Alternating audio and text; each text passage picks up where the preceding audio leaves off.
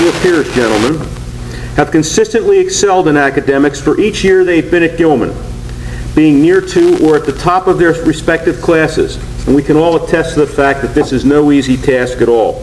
And we are very proud of their achievements and accomplishments. As for you honorees, this is also a very fitting time to celebrate the hard work and dedication of your parents who are here with you today to share in this very special achievement. Since day one, your parents have been your supporters every step of the way. They've always been there for you. They have patiently encouraged, prodded, bolstered, and cajoled you when you were faced with difficulties. And I'm sure that there were times when you thought that they were unfair, unreasonable, and incredibly demanding. But I also hope that now you can reflect and realize that their motivation came from nothing other than love and the desire to see you get the most out of your ability. And that is a parent's job. So don't forget to thank them often. Also, remember to thank your teachers who, similar to your parents, did what they could to stretch you and to encourage you to get the most out of your ability. They cared enough to push you to greater heights,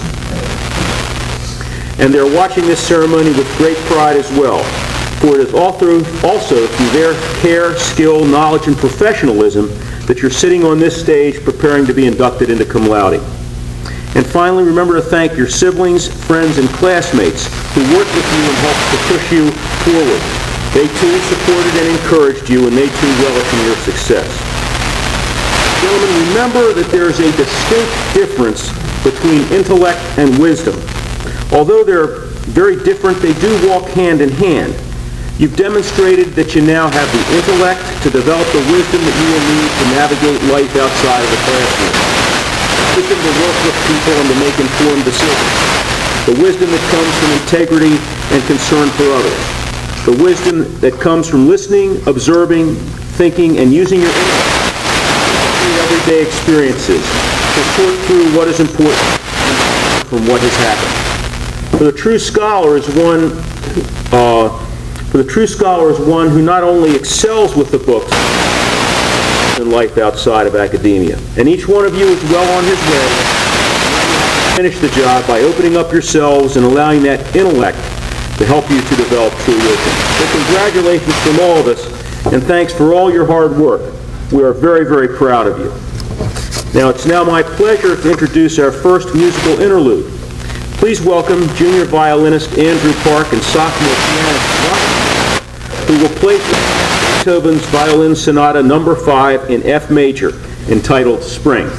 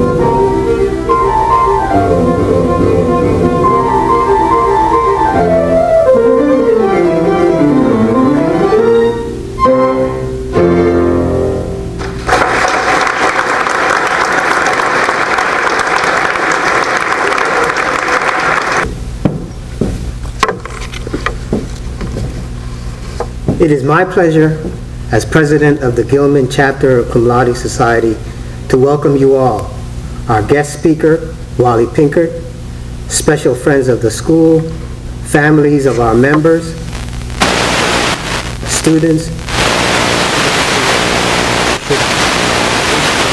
society that recognizes excellence in scholarship. This is a very special occasion in the Gilman year. We recognize the scholars gathered here, but also we thank those who have encouraged and set high intellectual goals and standards for them. It gives me great pleasure to introduce today's Cum Laude speaker, Wally Pinkard. Mr. Pinkard is a 1969 graduate of Gilman. While at Gilman, he played varsity football and varsity basketball. He was involved in the Gilman News, and upon graduation received the Daniel Baker Award and the Williams College Prize for proficiency in Latin. Mr. Pinkard received his BA from Yale and his master's degree in business administration from Harvard. After 27 years as the CEO of Collier Pinkard, Mr. Pinkard assumed the position of chairman of Cassidy Turley in 2008. As the chairman, Mr. Pinkard is involved in all activities of the full-service commercial real estate firm and serves on its executive committee. Mr. Pinkard has served on several boards in the community: Johns Hopkins University, Baltimore Community Foundation, and the Gilman Board, to name a few. We are very fortunate that he can be with us today So please join me in welcoming our cum laude speaker,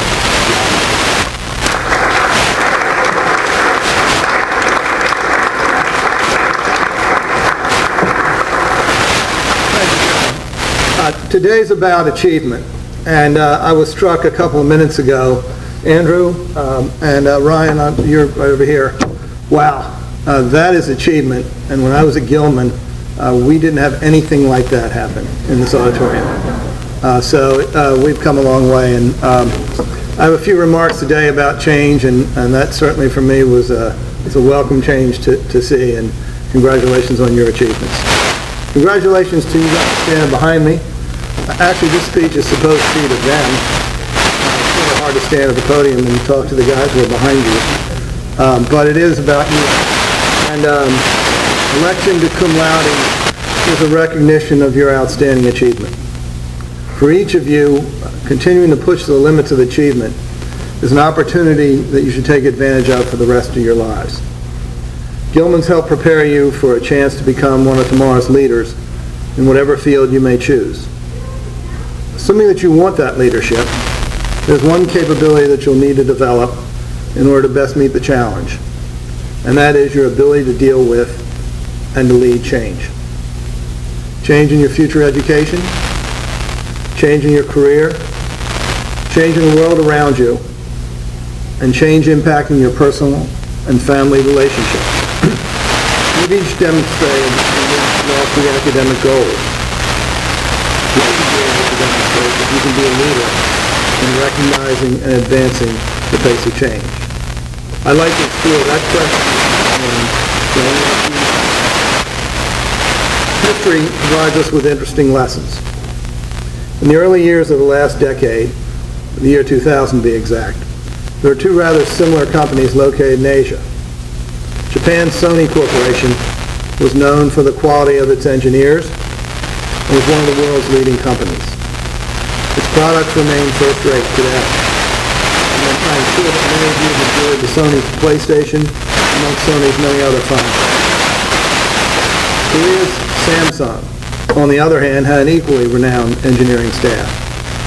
But its leadership at the turn of the century was focused upon a simple strategy, a single strategy, accelerating the pace of innovation at their company. They embraced change, they just need to implement it faster than the competition. Samsung's leadership recognized a huge opportunity before them if they could learn to drive change more rapidly. They committed fully to this strategy, sending teams around the world to study innovation, including, for instance, a group that came to the U.S. to probe cutting-edge thinking of architects around future building design. The company became so exposed to these concepts around the world of innovative organizations, both corporations and nonprofits, that they learned a tremendous amount. They even sent rotating teams of engineers over a 3-year period, consistently over a 3-year period, to a company called IDEO, a renowned California-based global design consultancy firm. It wasn't a logical thought to send engineers to a global design consultancy firm, but they did that. And as a result of this very deliberate focus, Samsung created a culture at their company of rapid innovation on the backs of their outstanding engineering staff. The impact of Samsung's strategy has been stunning, particularly in comparison to Sony. It's 10 times more valuable today than it was in 2000. So Sony today is worth 28% of what it was in the year 2000. When I use this example to make a point for our company's board of directors, someone will ask me, what about Apple and how do they compare with that time frame? The economics here are even more striking. Apple as an enterprise is 86 times more valuable today than it was at the turn of the century. Its total value today is $433 billion. It's an inconceivable number, compared to a value in 2000 of under $5 billion. But that company really understood how to lead change. They devoted huge resources to create new products that would make their current best products immediately obsolete. It was a concept that was unheard of at the time. Steve Jobs framed it perfectly, in my view, with this quote: "If you do not cannibalize yourself, someone else will."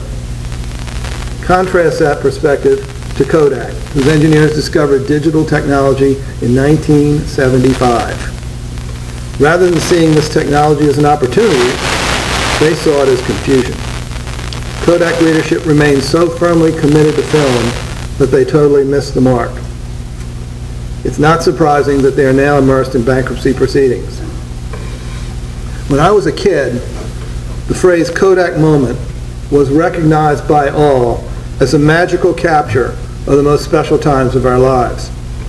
Kodak had an enviable franchise and a great brand, but they did not have leaders with vision. Whether or not they will even exist is up for debate. Leadership and vision make a huge difference. The students in this room, all of you out here, particularly those behind me, will soon be embarking on college careers. You'll be moving into an arena that is also undergoing tremendous change, into an arena whose financial underpinnings may well not be sustainable for the long term, into an arena where technology will change how you learn over the time you're in college, and into an arena where our nation's preeminent position in research will be severely challenged. By the time those of you behind me on the stage graduate from college, it is not inconceivable that the world's leading centers for medical research and discovery will be as strong in China as they are on the campuses of Johns Hopkins and Stanford. Change can happen that fast. So what can Gilman's highest achieving academic cum laude honorees do to become effective leaders in a world of such dramatic change? I'll close my remarks with 5 simple suggestions.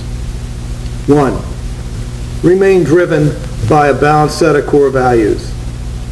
While leaders exhibit all kinds of characteristics, those whom we admire the most are those who keep their achievements in perspective. So remember the value of integrity, the importance of community, and make time for family. 2, continue to refine your critical thinking skills. You've been well trained, and you are well prepared as anybody in the country to figure out what the next big ideas are. However, to do so, you'll have to repeatedly ask yourself the implications of our changing world. You'll have to ask that question more than one time. In the words of the hockey great Wayne Gretzky, you need to skate where the puck is. There it is. 3, many high achievers have a difficult time with this, but the most productive outcomes usually emanate out of collaboration, and collaboration starts with an understanding of your colleagues. 4, invest thought, time, and emotion in relationships. To be an effective leader of change, you'll need to connect with people on a personal level. You'll need to find their points of receptivity, and they're maybe not the same as your point of receptivity.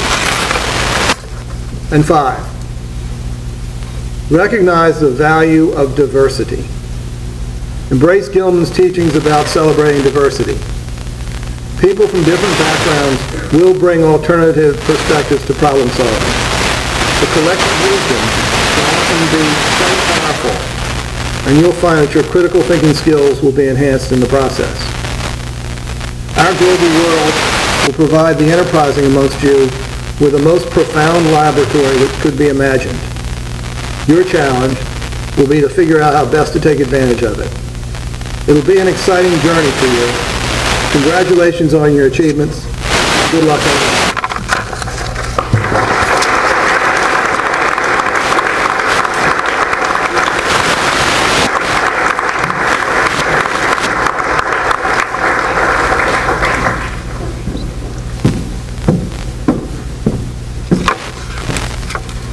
First, I am pleased to announce that Mr. Henry Smythe, Assistant Headmaster, and Mr. Steve Sawinski of the Science Department are the faculty inductees this year. Congratulations, gentlemen.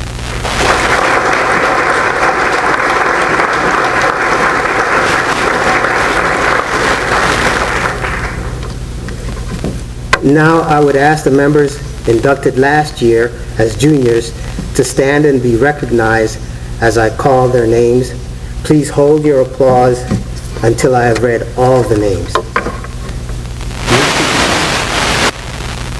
John St. Churchwood, James Young-hee Choi, Noah James Delwich, Theodore Richard Delwich, Jacob Benjamin Drosner, Michael Talbot East, Anuj Kandawal, Joshua Huvis, John Anthony King, Daniel Mark Radoff.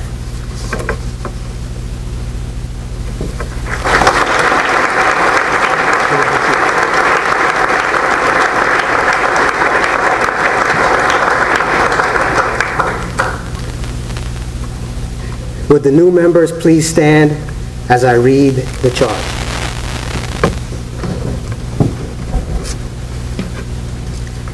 Your distinguished records at Gilman have earned you membership in the Cum Laude Society, a fellowship whose purpose is to recognize scholarly excellence. You have earned the commendation of this community, and with the honor of membership in the society which you accept today, you also accept the challenging responsibility of a scholar in today's world. Discharge that responsibility with intensity, integrity, and with generosity of spirit. In testimony of your admissions to Cum Laude Society by the authority duly granted, we will now begin to present the certificates of membership. I'll ask Mr. Broadus to come up and read the names of the members who will receive their certificates. Please, once again, hold your applause until we've read all the names.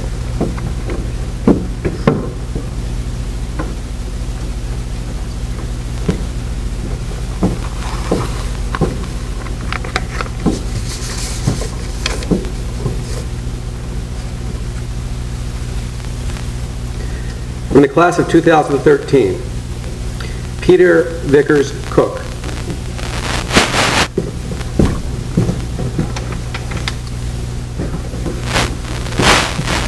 John Belder Murray Eager,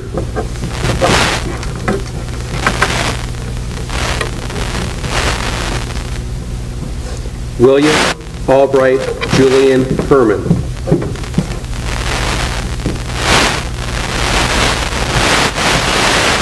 James Wheeler Johnson,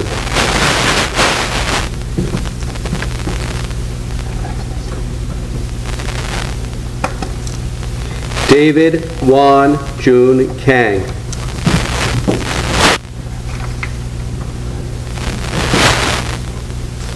Anthony Kim,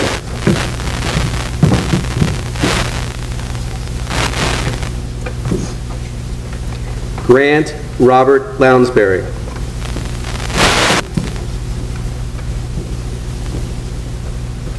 Zane Tucker McFarland,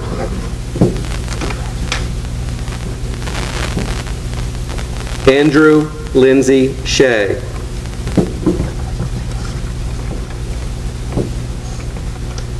John Costa Stoller,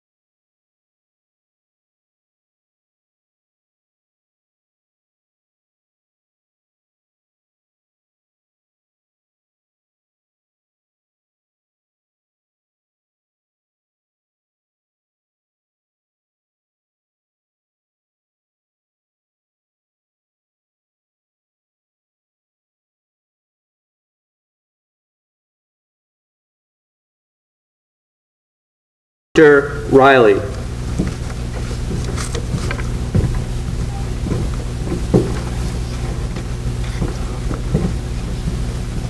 Richard Min Shin.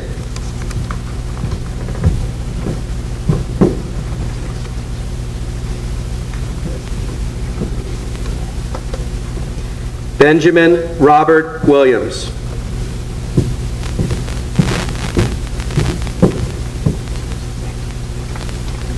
Alexander Shenuit Witherspoon.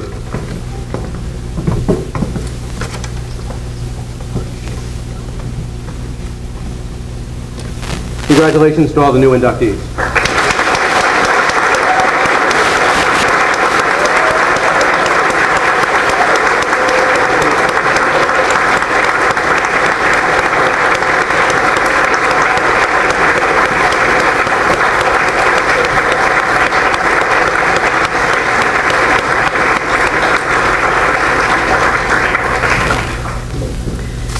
It is now a personal and professional pleasure to welcome James Choi, Zane McFarland, and Andrew Shea forward for a performance of Django Reinhardt's Stardust.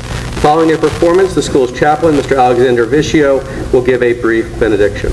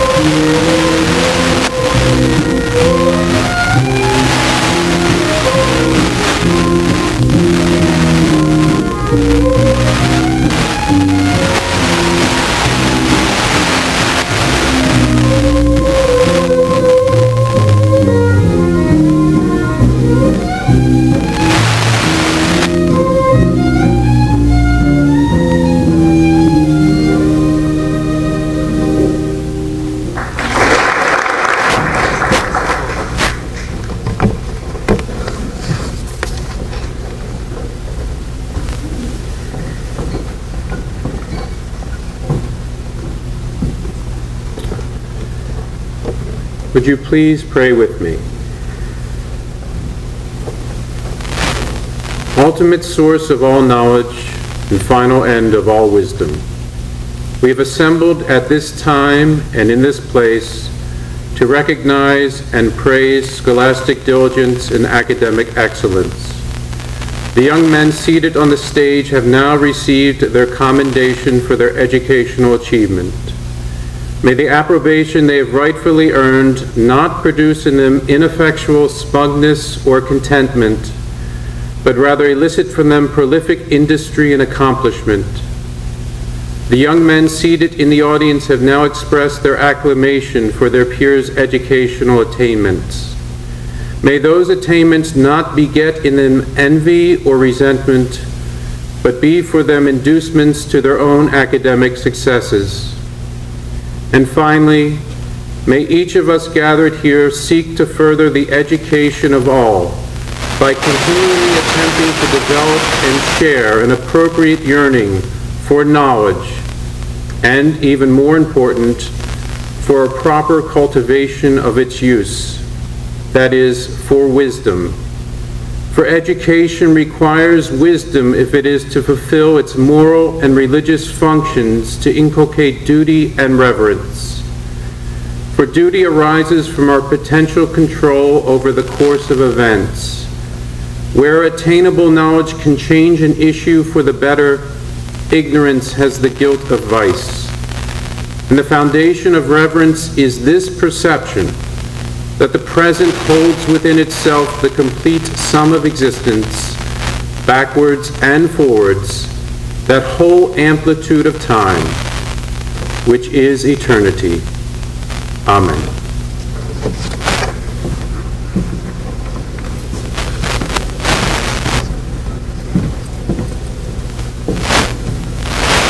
Once again, congratulations to our Cum Laude members who represent Gilman's scholarly tradition. We also thank and recognize family and faculty for contributing to our inductees' intellectual and personal development and success. And a particular thanks to all of the upper schoolers in this auditorium who create the intellectual climate that brings us such satisfaction and pride. Now, I have the pleasure of inviting the Cum Laude members, their families, guests, and faculty advisors for a reception in Centennial Hall. We ask the inducted students to escort their families by the side entrance to Centennial Hall. The rest of the student body will remain seated for announcements and then discussion. Gentlemen.